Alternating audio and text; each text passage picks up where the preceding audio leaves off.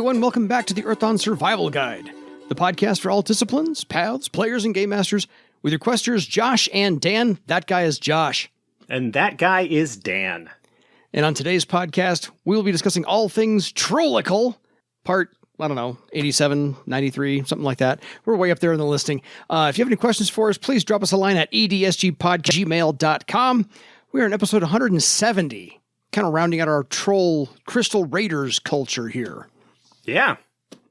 But before that, we have a couple of emails. We do. I forgot. Hey guys, this one's actually coming to us from Scott. Hey guys, continuing to love the podcast. I have been especially enjoying the episodes involving the horrors.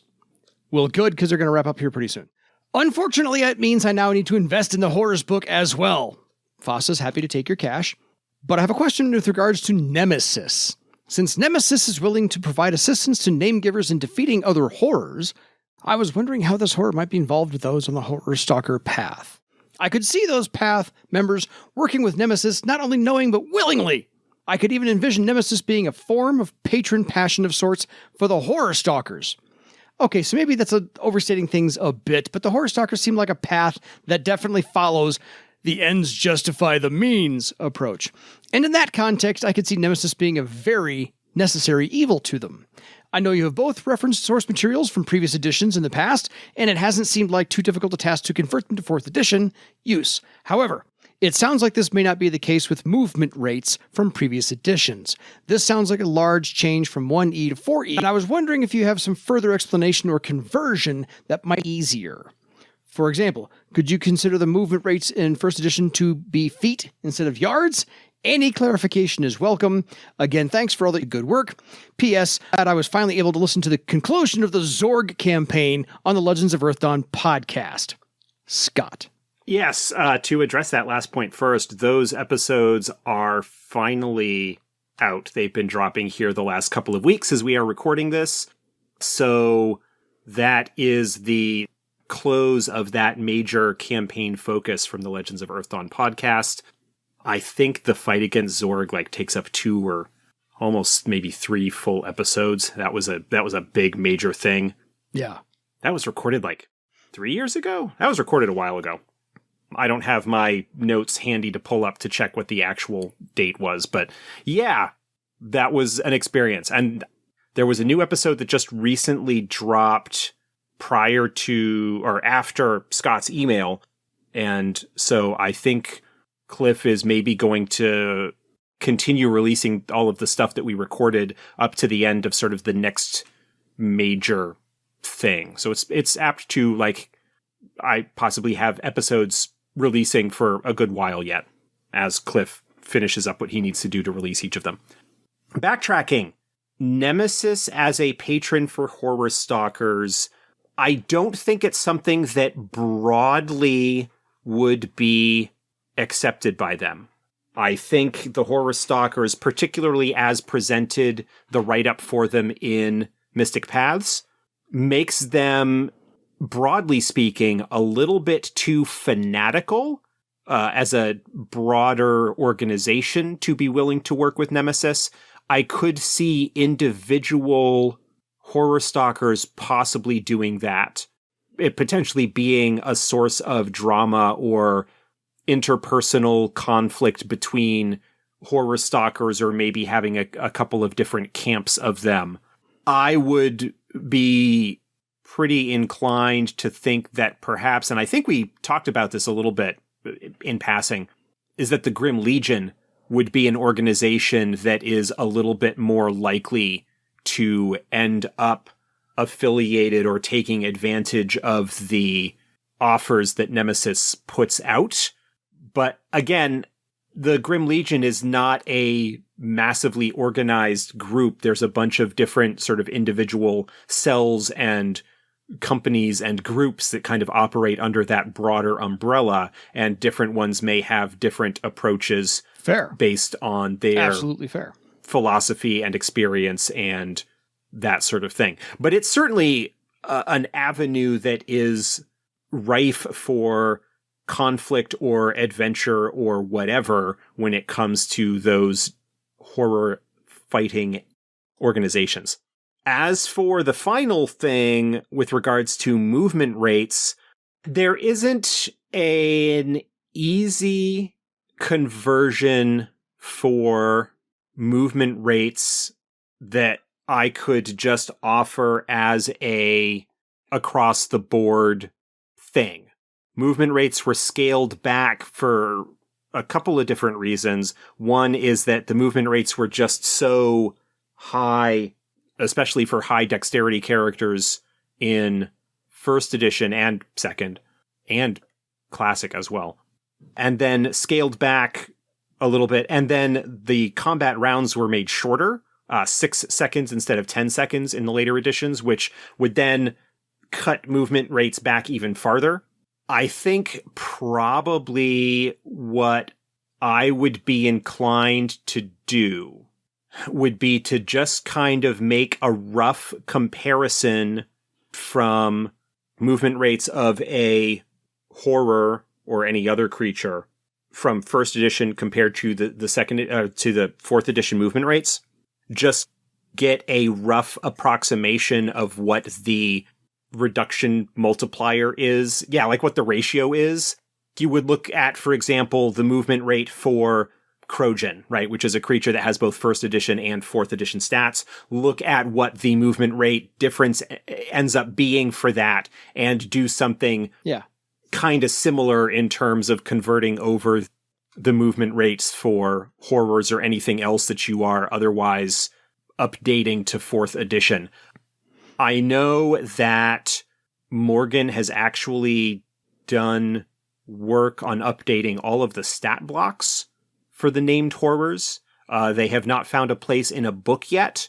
You know, those stat blocks may be made available at some point or not, depending. I don't know. All that aside, yeah, just look at the ratio of first edition movement rates to fourth edition movement rates for creatures that are in both already, and do a rough approximation for converting the movement rates for horrors or other creatures that you're adapting. Yeah. I don't know that there's actually a formula that Morgan has for doing those conversions, but that's the way I would approach it. Yeah, that's easy to cobble together. Or you could do the even easier thing, which is just make something up. Absolutely. Off the cuff. Work with me here. Okay, on to one from Pierre-Luc. Hello, friends. I am currently Game Master in 4th edition on a camp I wrote back in the 90s when I was in high school, and we are having a blast. Still my favorite tabletop after all these years. I have 3 players, 2 of which were in my campaign back in 97 to 2001, enjoying the new rules and the fact that my first-gen books are still relevant. I'm only missing 3 physical copies of the original first-gen stuff. I am wondering if you guys have a website where I can find the official timeline with important events, or maybe an episode of the podcast where you go through the years with everything happening canonically. Also, this interactive map is the best one I could find online. He has a link. The website is French, not a problem for my Canadian ass, but the map has English interactive points. I would love to see an official product from you guys. Cheers, P.S. Is there any plan to print the 4th edition books in standard letter format? The PDF is fine, but sometimes having a good old rulebook in my hands is just better, and I dislike the pocket-sized ones available now. Pierre-Luc. Again, we'll kind of take these in reverse order. There are not any plans currently to do a 8.5 by 11 or letter size or standard size, quote-unquote, books for 4th edition. That is something that comes up periodically, but the layout and form factor of the 4th edition books is something that at this point has been pretty well locked in and is not going to be something that changes in any way. That's just the decision that we've made. But what you can do is take your PDF to FedEx Kinko's and print it out in 8.5 by 11. Print it for you. Or your Canadian equivalent thereof. Exactly. That's one possibility. I'm aware of the interactive map. It's from Fondation Draco. It's Julian Peru. He did a French language Earthdawn actual play show. He's done a bunch of other stuff with RPGs and whatnot. He's actually the primary writer on the Arancia book that is in development right now. So that's something that he has been involved with. Yeah, I'm aware of that. That's something that's been around for a while. As far as an official product, for something like that. That's sort of development cycles kind of thing. And there's already Julian's Atlas, which is pretty good. Let's see, what was the other thing? Oh, timeline. Yes, okay. The timeline. There are, in fact, 4 episodes of this podcast where we go through the timeline from the 4th edition books in terms of just kind of going through the overall history. The one that you might be most interested in when it comes to... Yeah, the furthering of the timeline. Things that are different from 1st edition or from earlier editions is the 4th episode of that, where we talk about the time skip and the 4th edition whatnot. We don't necessarily go like year by year on that. There is a timeline that is in the 4th edition book. In the 4th edition GM's Guide, the history chapter has little excerpts that are sort of timeline-esque in terms of talking about the years of stuff. There was, and I don't remember now whether I have updated it on my site. I did, back in the 1st edition days, went through like every source book and cobbled together a timeline of like everything that had a date associated with it in the various history chapters of the different books. And that was sort of the source of where the timeline that is in the 3rd edition books and 4th edition sort of originated. And if it's not on my website at loremerchant.com, I'm pretty sure that there are versions of it that are elsewhere on the internet. Search for Earthdawn timeline, and I think you will find it. I don't know whether any of those have included any of the 4th edition updates. I know I didn't in my original one. But yeah, those are the closest resources for that sort of thing that you are likely to find. Fair. Okay, thank you, listeners, emailers. We'll have more for you. If we get more emails, please send them to edsgpodcast@gmail.com. For the rest of the episode, we're going to talk about what it's like to live in Crystal Raider society. So to that end, my favorite part in the entire Crystal Raiders book is the Legend of Living Crystal. Do you know this one, Josh? Not off the top of my head, no. Fair. In Troll Legend, Living Crystal comes from the tears of the spirit of all things who birthed all Namegivers, tears she shed because of her loneliness, and then in her joy at the creation of the trolls and Obsidian, her true children. Her tears fell to the earth and seeped into the stone of the mountains, becoming as hard as stone themselves. Because the spirit of all things wept these tears for the trolls, the Crystal Raiders considered Living Crystal to be part of their birthright. The Crystal Raiders have a saying, "We wear the tears of our mother to honor her. Na'ul will wear the crystal only by making their mother weep." Who sees another Namegiver wearing or carrying an item of Living Crystal always takes the time to learn how that person came to possess such an item, for they consider the use of all Living Crystal to be a matter of Katera. They rarely believe other Namegivers to be worthy of owning or using Living Crystal. That's cool. I also am not super... The amount to which you should use that in your game should depend on what clans or what moots the trolls are from and how much of a pain in the ass you want it to be for your player characters. Yeah. That's the sort of thing that could very easily be turned into could go sideways, could very easily be turned into a cudgel, especially if you've got a player who is decided to play a Highland troll Sky Raider, or a troll that very strongly adheres to that, and could end up being a source of conflict within the group that you want to make sure is okay and that isn't taken too far. Agreed. So the part of it that I have the issue with is Crystal Raiders don't believe that other Namegivers are worthy of wearing it. Yeah. You know, the part where they try and find out how they came by it and perhaps what they have been doing with it to make sure that they are honoring the beliefs and whatnot. Yeah. Turning it into another version of Obsidian skin armor, where it's something that is going to automatically antagonize a significant portion of the, a notable portion of a culture. Population. Is a potential problem. So just be aware of that in terms of how you choose to handle that in your game. Like I said, I love the writing of it. I like the idea. It's a fantastic legend and one of the more better creation myths of at least Living Crystal. I agree that it shouldn't be used as a cudgel, and it's just one of those, don't ostracize people with it, and you treat it better than that. And all Josh's points are salient and wonderfully made, better than I could have done so myself. So, if you're going to be in and around where the Crystal Raiders are, obviously, it's going to be in the mountains. So this is about mountain travel a little bit.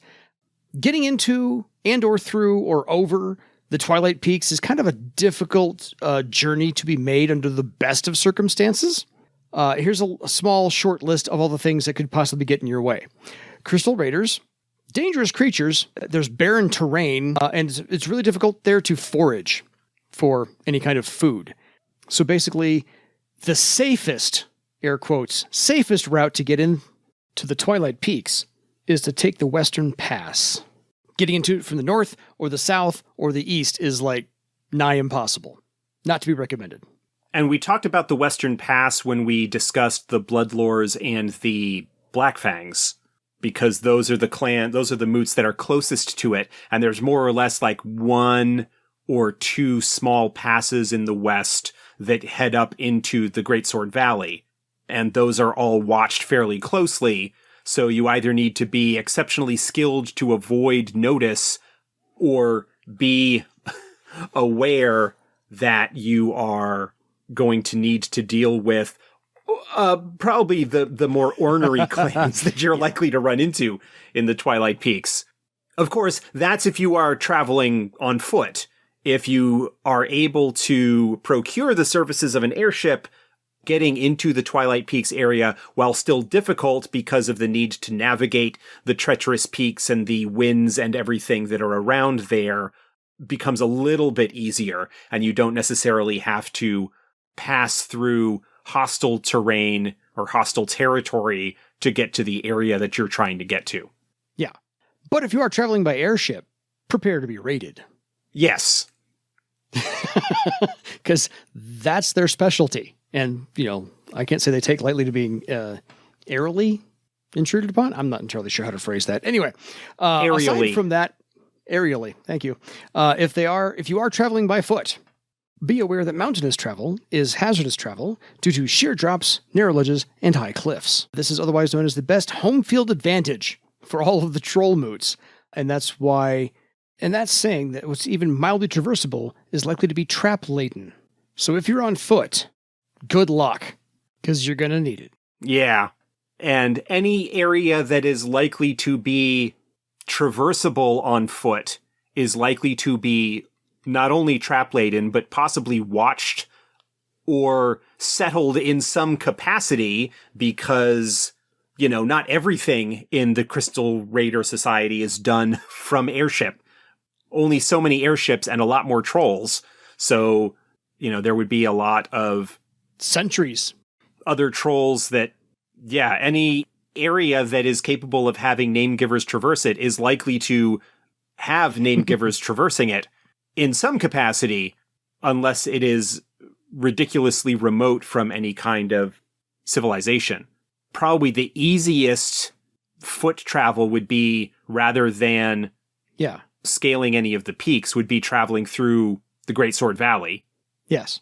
But that is also an area that is apt to see quite a bit of attention and travel and whatnot. But haha, you say.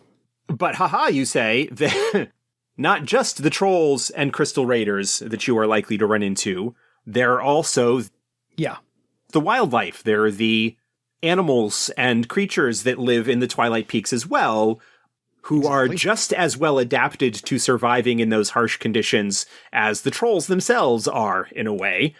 And so even if you are able to obtain safe passage in some regard from the trolls, you are still likely to run into things like stone lions and brithins and elemental spirits of various sorts, and possibly in some of the darker corners, broken shelters or the horrors or undead that might result from them, and plenty of other things as well.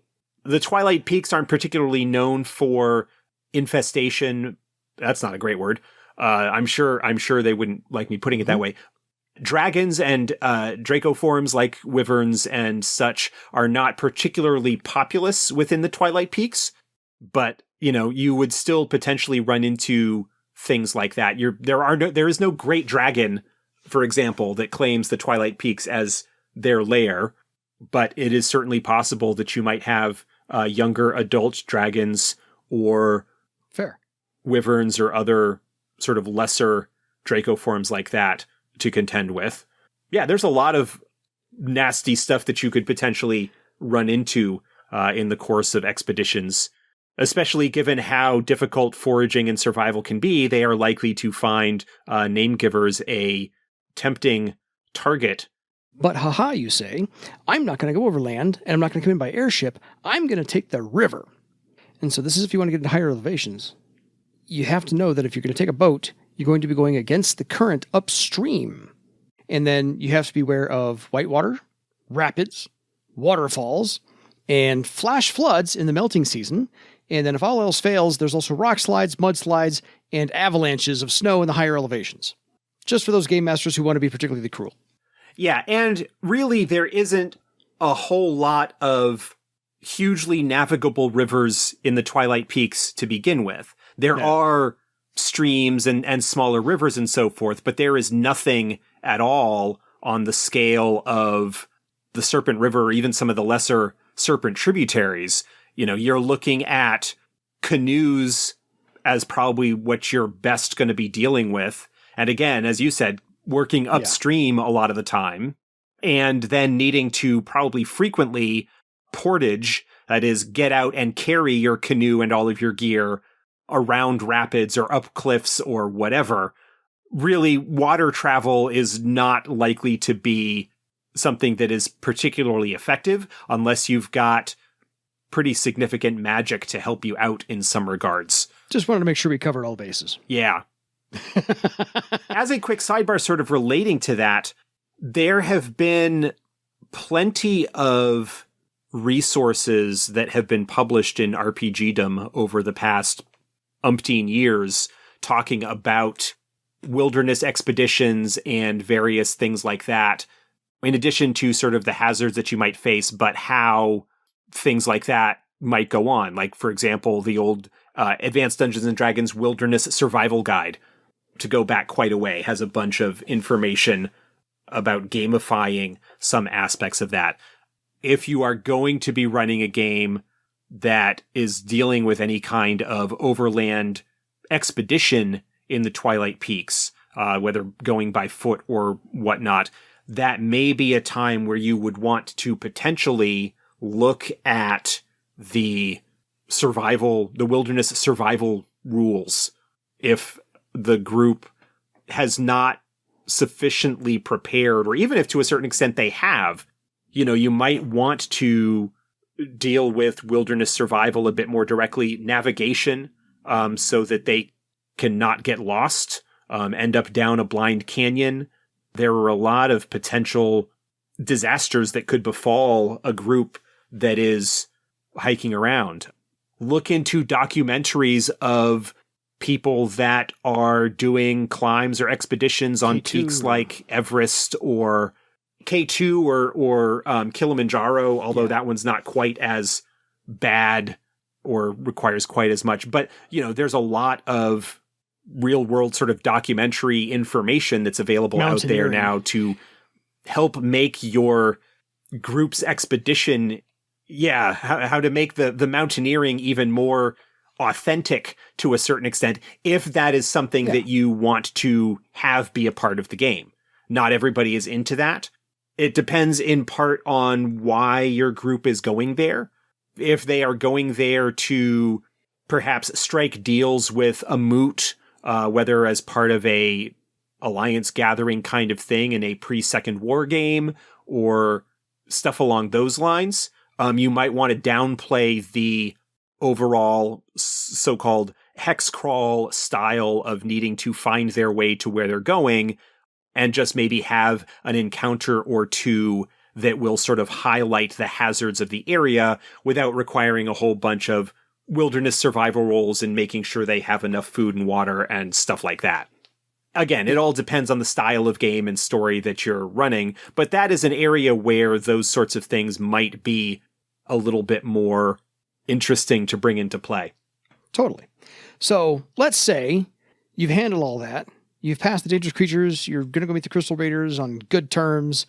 What are you going to do for food and shelter? Again, we're going to get bogged down in the minutiae here because it's fun to do. Sometimes we're exploring Crystal Raider culture and how they live. So most primarily for the Crystal Raiders, their diet is mainly meat, cheese, and bread. We are talking mountain goats, otherwise known as bighorn sheep, or colloquially in Colorado, they're called rams. You know, the ones that butt heads on the top of mountains. So this is where the meat comes from. The milk is turned into cheese, and this is where the skins that they wear. So you can take a look at that. Since ancient Barsave is modern-day Ukraine. So if you want some examples, I took a look at the mountainous area in Ukraine. Go look at goat antelopes, Rupicapra, Rupicapra, chamois, Chamois, roe deer, Roe deer, the Eurasian lynx, or wild boars. All of those live currently in the mountains in Ukraine. So, since that's where Earthdawn is primarily based, figured you can go look those up. So, basically, meat that they get is boar meat, and goat cheese. Now, how do they make bread, you ask?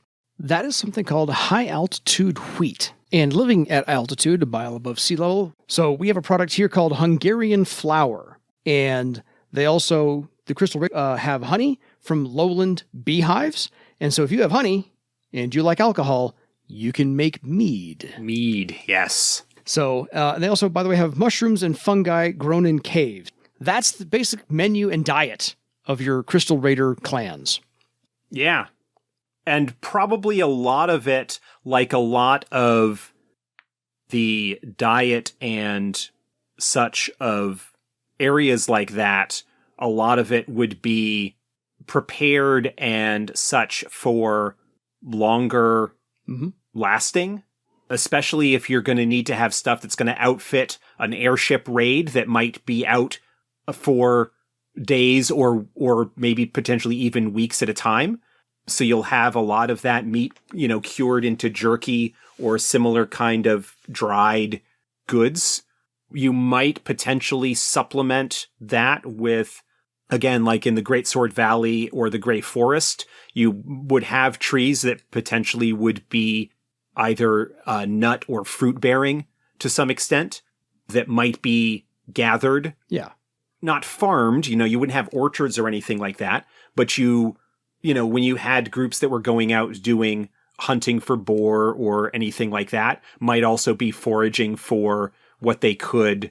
And again, having that end up being sort of dried or, useful as a supplement. We talked in an earlier episode about the possibility of like starchy tubers or something like that also might be able to grow reasonably well in the lower altitudes and the soil there. One of the advantages of the Twilight Peaks in one sense is that because of the volcanic activity there, the soil where there is soil is apt to be pretty rich. Yes.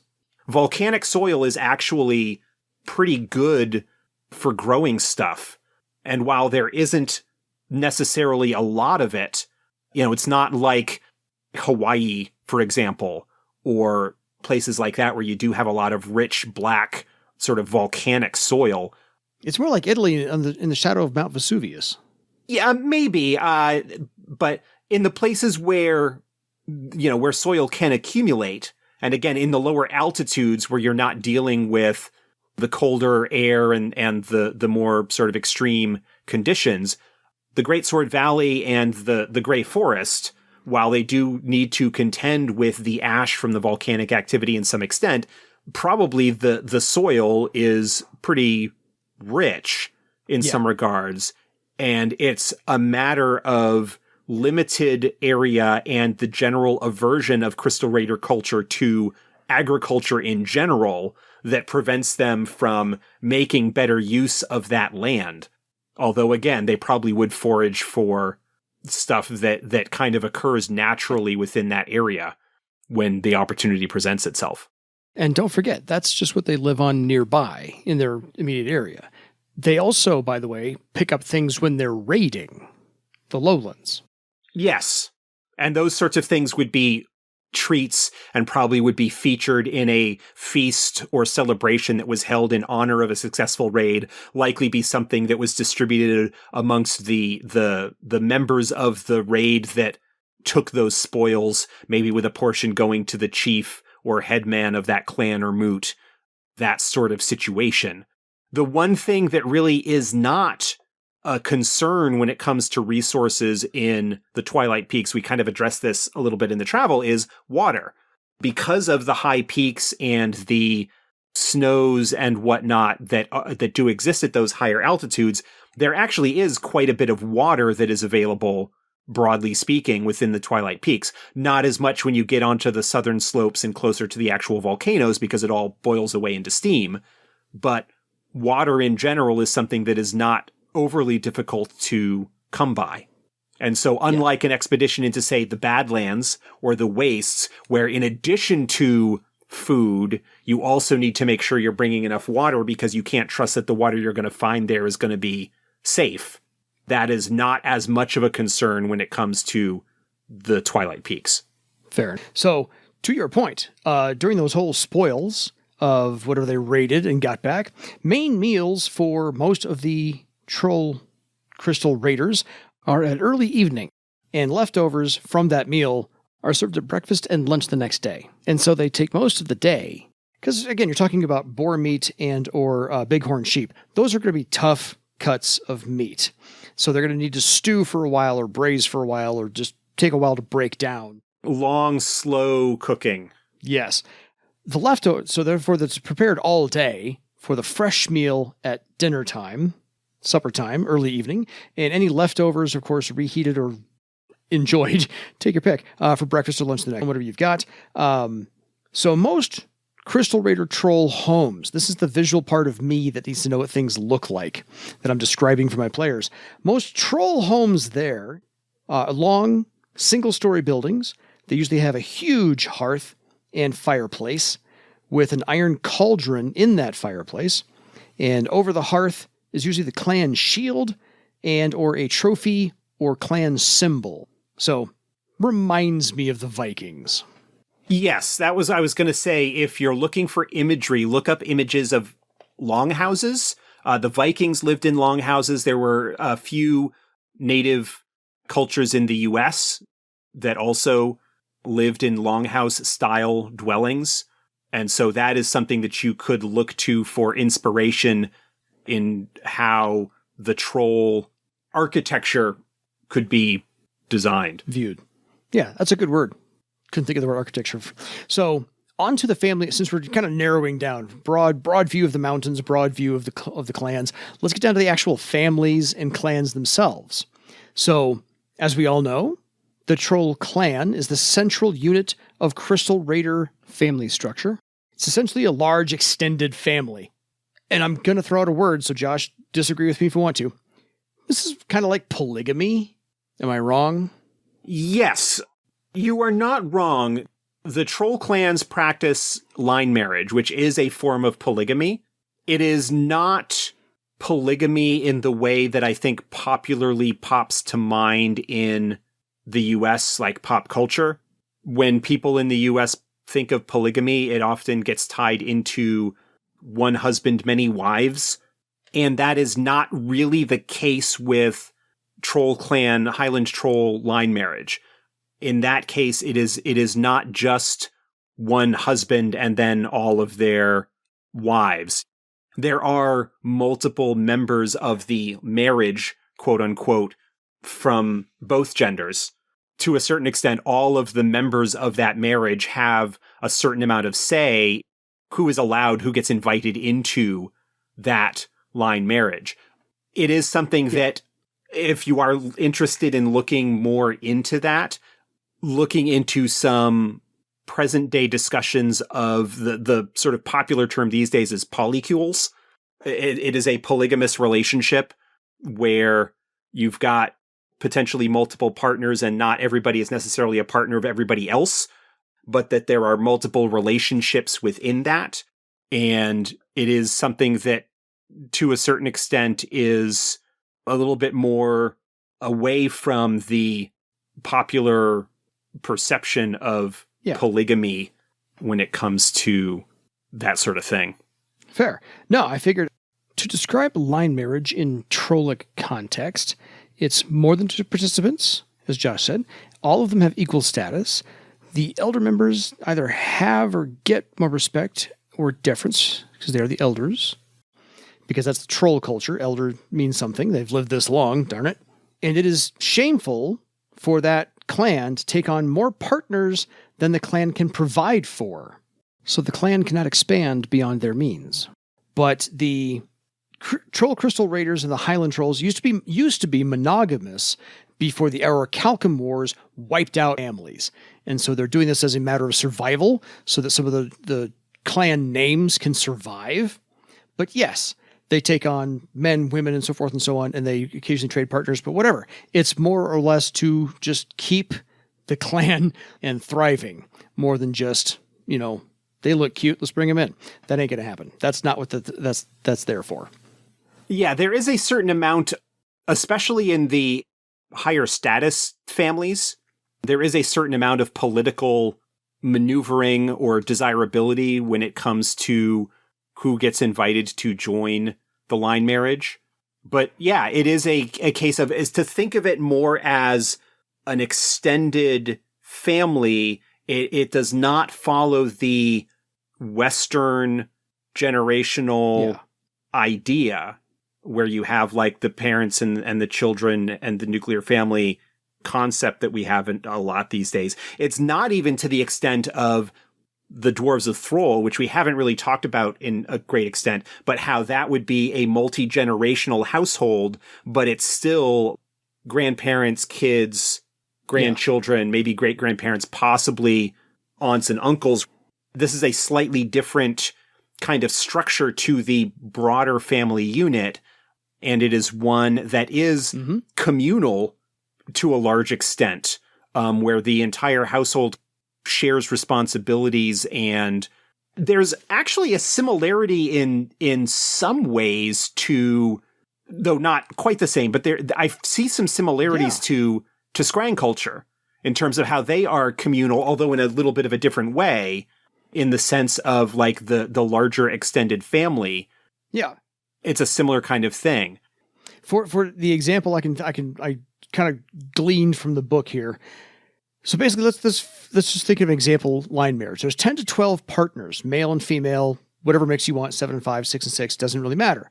They all are the elders. They all are partners to some extent. Maybe not every single one of them, partner to every single other one of them, but all the children born of those unions and all the adult siblings in this line marriage, and all the adults, all of those members are the clan. Nice encapsulation, you think? Yeah, I think that's a pretty good way of thinking about it. And then in a community, you might have 3 or 4 clans. A smaller village or whatever might only have 1 or 2. Larger communities might have as many as 8 or 10 or whatever. If you're considering that when you start factoring in children and all that sort of thing, you're looking at a clan having potentially several dozen members. And so that is something to sort of keep in mind. And the size of the community would determine to a certain extent how large or how many clans are present there. But when you start dealing with not only like the line marriages of one group, but then you get their children who might end up in line marriages of their own, you can have like this kind of really complex sort of family tree of relationships that really can potentially expand the clan in terms of how many members there are. And then you get multiple clans within a region all forming together, and through the cross relationships that develop as a result of line marriages where individuals from one village will go to another and join a marriage over there and whatnot. that's the extent those building blocks end up forming the overall moot. And so a moot will have probably quite a number of clans broken up and spread across different villages and whatnot. That's the kind of situation there, is that it ends up being this really kind of complex web of relationships that exists, as opposed to the more traditional concept of a family tree where you've got these like descending lines. It's more, there's a lot more like interconnected lattice. Yeah, it's a lot more sort of interconnected lattice. It's a constant Y down to one person. Fractal. It's a fractal kind of situation almost. Yeah, no, I was going to say that in its own way presents a potential for politics and drama and relationships and soap opera, for lack of a better term, where you've got these broad, extended families. If you kind of think of drawing inspiration from like Southern Gothic fiction, where you have these sprawling extended families and the relationships and the history. Yeah.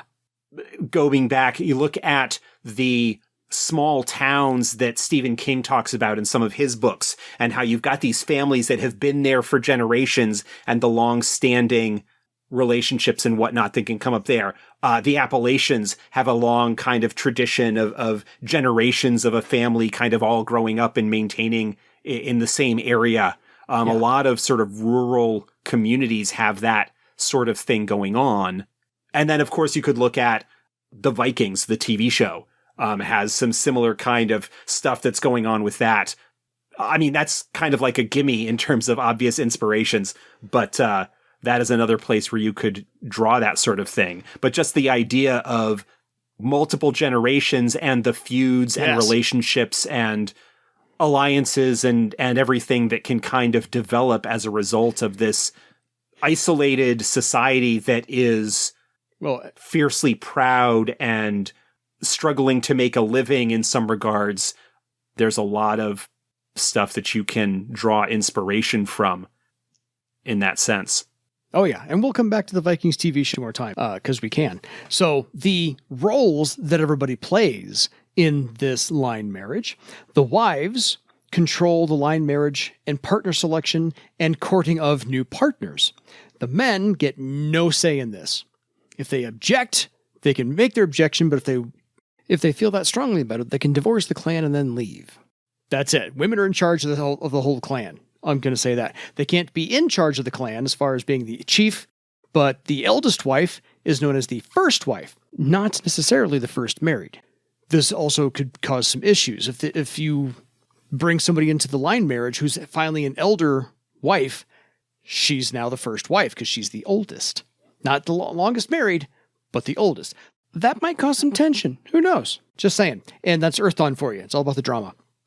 But the eldest wife also has the most influence on the clan chief and any of the warriors therein. The clan chief, by the way, leads the raids, makes agreements, and is responsible for all members of the clan, and is judge when disputes arise if there's no Quester of Minbruges around. Yeah. It's really interesting how in this kind of situation, and what's described here in this, is that the lifestyle and culture of these people is presented, and then the consequences of how that environment and how that lifestyle and those traditions themselves help shape the traditions and the culture that develops around those people, how there is kind of like a back and forth. The idea that there is still, in one sense, as a warrior culture, as a raiding culture, there's a strong sort of masculine, patriarchal kind of society there where you've got the clan chief who is in charge and responsible for the well-being of the entire clan. But that there is also a very strong representation because the chief and the warriors and those sort of experienced adult males are potentially going to be away from the clan for a time on a raid or whatever, that then the responsibility for the hearth and the well-being and the health of the community falls to those who are left behind. I think there are enough examples of characters that are presented in this book. We've talked about a few of them over the past several episodes about this, where there are notable warriors and sky raiders and whatnot who are female. I don't think that while broadly the Highland troll culture is kind of a masculine, patriarchal type of society, they respect strength. And if a female troll is strong and able to hold her own in a raid and to acquit herself with honor, she is given just as much respect as any other. Yeah. I don't get the sense that it's a misogynist culture. It's just one that is sort of traditionally masculine in a sense, without the nastier shit that can go along with that. Exactly. Well, it's kind of like the Shield Maidens in Vikings, again, the TV show. As I said, we come back to that. It's like the Shield Maidens are absolutely, completely respected. Everything that they do. And, you know, we could go on forever about that TV show. Anyway, so the last two things to notice about living in troll culture. You occasionally may come across Newots. Oh, boy. And this is a direct troll word for life debt. So Newots are captured Namegivers, even lowland trolls, who are made into servants. Now, a distinction. They are not slaves in the extent. Okay. Well, they're not bought and sold. They do receive the same food and they can earn back their freedom. That's the parsing of words delineation about what they are. Yeah. There are some mighty fine slices. Oh, we're splitting hairs now. That are split with that. There are definitely those in the Earthdawn fan community who view the Crystal Raiders as the greatest of hypocrites. Fair. That they practice the very thing that they, to a certain extent, hate the Therans for. And that's not quite the case as it is with, say, the orcs. Right, the orcs have a much stronger cultural aversion to slavery. The Karads of Karafad and the orcish diaspora in Barsave have a generally much stronger cultural aversion to that. And there is certainly some validity that can be seen with the argument that the trolls are splitting hairs or playing word games in a sense that, you know, we don't have slaves, we have Newots and we treat them well. I can completely understand how you could take that as a negative. I would imagine, given the honor that is sort of central to Crystal Raider culture, and coupled with that, the idea that the chief, the head of the clan, has a responsibility to care for the clan, and that somebody should not be going hungry if the chief is well fed, that there are certainly clans within the Crystal Raiders, and there can be a variety of approaches on this, but that there are clans who actually treat their Newots with respect, because to not do so would be an affront to the honor of the clan. Mm-hmm. And similar to how, like, a line marriage should not be expanded beyond what the clan can support, having Newots in a way could be seen amongst the clans as a sign of their wealth, for lack of a better term, of their ability to provide for a larger community. We are so successful in our raiding that we are able to support members of our community who are not part of the clan. And again, I'm not condoning necessarily this. I'm just offering some various takes. And you could just as easily have clans where the Newots are not treated with particular respect, that they are not subject to the same requirements of honor that actual members of the clan would be. That is something that you could use as an indication of how the clan is from a potentially moral storytelling standpoint.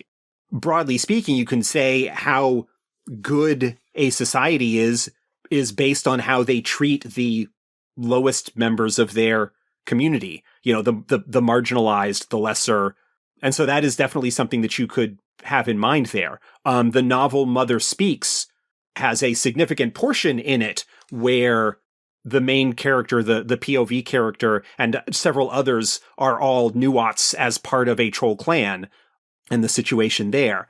And there is, in a sense, and this is sort of, I think, the final thing we're going to talk about tonight, that Newots do have potentially the ability to earn their quote-unquote freedom or to earn themselves an actual place within the clan. Exactly. Because any domestic abuse by the raider who took them is a shame on the clan. Is a shame on the raider especially. And so yes, but they can be at any time by the raider who took them, and sometimes if you actually save the raider's life who took you, if you're a Newbot. Anyway, when that happens, when you are freed, the Noagral can be a non-troll Namegiver member of the Raider clan. Because somebody wrote in a couple weeks ago with an email that had this whole thing, this whole storyline built up about the Noagral, and the Noagral can be in the line marriage or a Newot getting membership into the clan. Because they've been freed, and if they choose to join the clan because they like it there or whatever, they can decide to stay and be a contributing member with equal standing. And that's the thing. The Noagral has equal standing to any troll clan member in every way based upon honor and reputation. The same as any other full troll member of that community would be. An interesting kind of tidbit at the end of the section on the Noagral is that quite often, because when a Newot gains their freedom, they do not have to achieve this status. They are free to leave the Twilight Peaks if they wish and return to the lowlands or wherever it is that they wish to go. But those who do stay behind and adopt troll ways, which is essentially what's happening here, can become even more traditional and hidebound than the trolls themselves because of a need to embrace that and prove themselves, becoming sort of more troll than trolls in a sense. There is certainly a possibility, especially when interacting with trolls outside of their clan or moot, that they might be initially seen as lesser. You know, they might be approached in a more negative way, and that they need to prove that they are deserving of that place that they have earned. And that is something that can be very important to someone who has climbed up to that position. Agreed. So that's part one of what it's like to live in the Crystal Raiders culture for this episode. That covers us to about an hour or so. If you have any questions about what you heard tonight, please feel free to email us at edsgpodcast@gmail.com. And until next time, folks, go join the Crystal Raider clan for your legend. Good night, everybody.